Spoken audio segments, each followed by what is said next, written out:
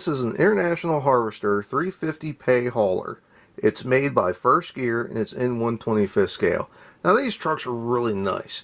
They got good quality, they're good, they got good detail, and they're nice and big, and it's really cool to see a Payhauler in this size. That being said, as First Gear has made more and more models in the 1/25th scale, they have used less and less diecast and more plastic. And that is very much the case here. This does not weigh very much because the bulk of the truck is plastic. That being said, it is still very good quality and it does display very well. And we'll get into that. Now, as far as the background of the truck, I have a million things to talk about, so I'm going to try not to bore you to death. But anyway, let's get into the truck. Now, to be honest, I really thought this truck would be bigger.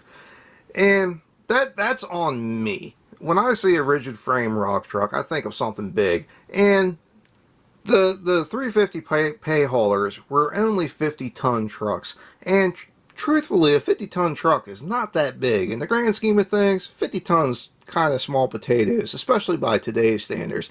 Now, when it was made in the 70s, it was a big-time truck. Or maybe not big time, but it was a serious truck. It was a competitive piece of machinery.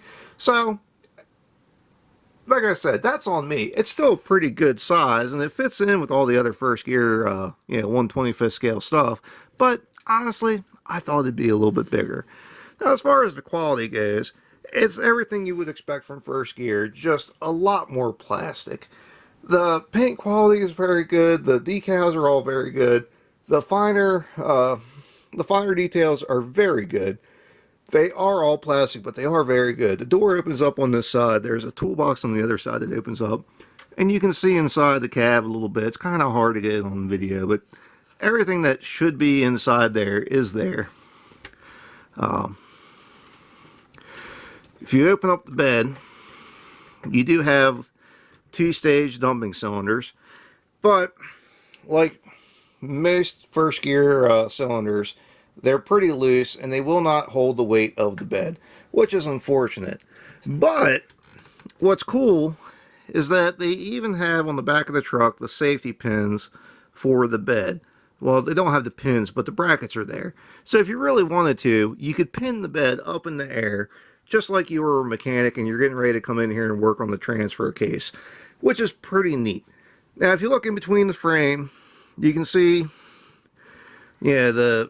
all the drive lines and hydraulic lines and air lines, the transfer case, transmission, all that good stuff. You do have two fuel tanks. They are both fuel tanks, which is kind of interesting. You don't usually see two fuel tanks on either side of the frame. But it's kind of the sign of the times. And you also notice that you do have dual steering tires, which is also fairly unusual. You don't see that very much anywhere. If you come around to the back of the truck, you do have, the rock guards on the tires, which is cool. If you take a peek underneath, you do have some very good detail. It's cool that they have the skid pan here. You do have a fair amount of steering, but everything underneath is there that should be there. You even have the equalizer line between the two fuel tanks so that you're not just pulling fuel out of one tank. It's going to pull it fairly evenly throughout the day as you're running it. Your hydraulic tank is over here, and the air tanks are somewhere. I guess that's the air tank right there. But it's cool that everything is here. Now, if you're curious about what motor is in here, because International really didn't make a motor big enough for this truck. They made some big motors, but not quite big enough for this. So, again, one of the best things about First Gear and the 1/25th scale models is that they include a copy of the operator's manual for the truck. And this is awesome. So all you gotta do is you open it up to, let's see, your maintenance and your specifications. And let's take a look at the motor here. Let's see, I see 8 cylinders on the header there. So I know what that means. Come on down here and, ooh, she's a screamer. old 16V71 Detroit. How cool is that? That you can look at the manual and see exactly what motor is in this truck. The only other option was a 12-cylinder Cummins, but you can see it's got 16 cylinders, so you know it's a Detroit. How cool is that? So anyway, we come back in here and look at this motor for a hot second or two. You can see everything's there. It should be there. You can even see the fan in there. You can check it out from underneath and you can see just everything's there that should be there. It's really cool. It's one of the things that First Gear does so well, and one of the reasons why it's just a shame that they don't do more of the 1/25th scale stuff. I mean, this is where, as a manufacturer, I think they really shine. I really love that they got the engine accurate. There is no greater company on this earth than Detroit Diesel to turn diesel fuel into noise. So you can only imagine what running this thing 10, 12, 14, 16 hours a day would be like. I'd be amazed if you could hear anything sitting right next to that motor all day long just a screaming. Anyway, so about the truck itself. Now I'm really going to talk your ear off. International really didn't make this truck. A man named Frankie Hoff did. Now, Frankie Hoff was an engineer in the 30s that when tractors started becoming useful, I mean, they're always useful, but they come off the farm. And Frankie Hoff worked for a company that built attachments for industrial purposes, you know, taking a farm tractor and using it to move materials, whether with a dozer blade or a forklift or whatever. And in the 40s, when the hydraulics started basically being useful, he saw the opportunity and he went out on his own and started Hoff Industrial and designed the payloader. It was just a rubber tire loader that was completely from the ground up purpose built to move materials. And he was basically, he might not have been the first to do it, but he was probably the person with the greatest passion for it. He saw the need, he saw the potential, and he got after it. So that was in the 40s. Towards the end of the 40s, well, rather after the war, you know, World War II, he started partnering up with International, where he really liked the International motors from the days when he was building these attachments for McCormick Deering farm tractors. So he would build the loader and he would use International motors in the loaders. And the 50s come in, somewhere around the mid-50s, International actually turns around and buys out Hoff Industrial. So now Frankie Hoff works for International and they put him in charge of their industrial line. So what he does, now that he has a big giant budget, he goes to work. He comes up with the Payhauler, he comes up with the Pay Dozer, the Pay Scraper, all that stuff. It all comes from him. And the idea behind it, so it's all pay something. The idea was, if you go to Caterpillar, you're going to buy that machine and you're going to spend money on that machine. But if you go and you buy a payloader, that machine will pay you. You might buy it, but it will pay you every day. You get the Payhauler, every load will pay you. This machine will make you money. And that was the idea behind the Payhauler, Payloader, Paydozer, was that this thing's going to make you money. And that's kind of the explanation for the nomenclature, whatever it is. So the 60s come in, and the International stuff, they were always a number two to Caterpillar. You know, the Caterpillar's Caterpillar. But the stuff they were making was pretty good. And what's interesting is, in the 60s, they formed a partnership with Komatsu, where they would send the payloaders to Japan without motors. Komatsu would put their own motors in the loaders, and then they would sell them under their name in Japan. And keep that in mind, because that's important in about 30 years. Now, this particular model, the 350 Payhauler, basically come out in 1973.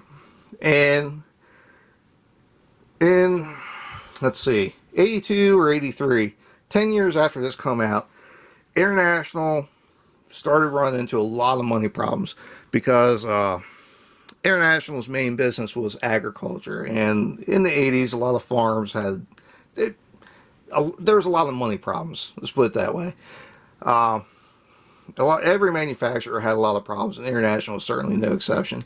So one of the things they did to try to save the agricultural business was they sold off the industrial line. Now, Dresser bought most of International's industrial line, but they did not buy the Payhauler. The employees that built the Payhauler bought the company. So they basically owned two trucks, the 330 Payhauler and the 350 Payhauler.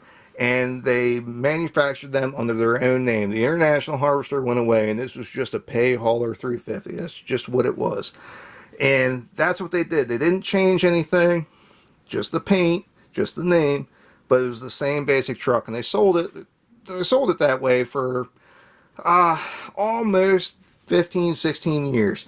Around 1998, Terex actually bought out Payhauler, and the only thing Terex did, they might have changed the motor. I don't think the transmission really changed, but none of the truck really changed. The only thing that really changed was the paint colors. So now it went from yellow to being gray.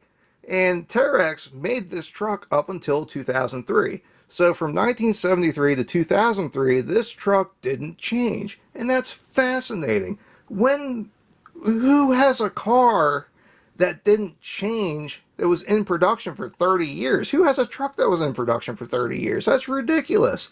And that says a lot about the quality of just what Frankie Huff was putting out. The guy really believed in his products.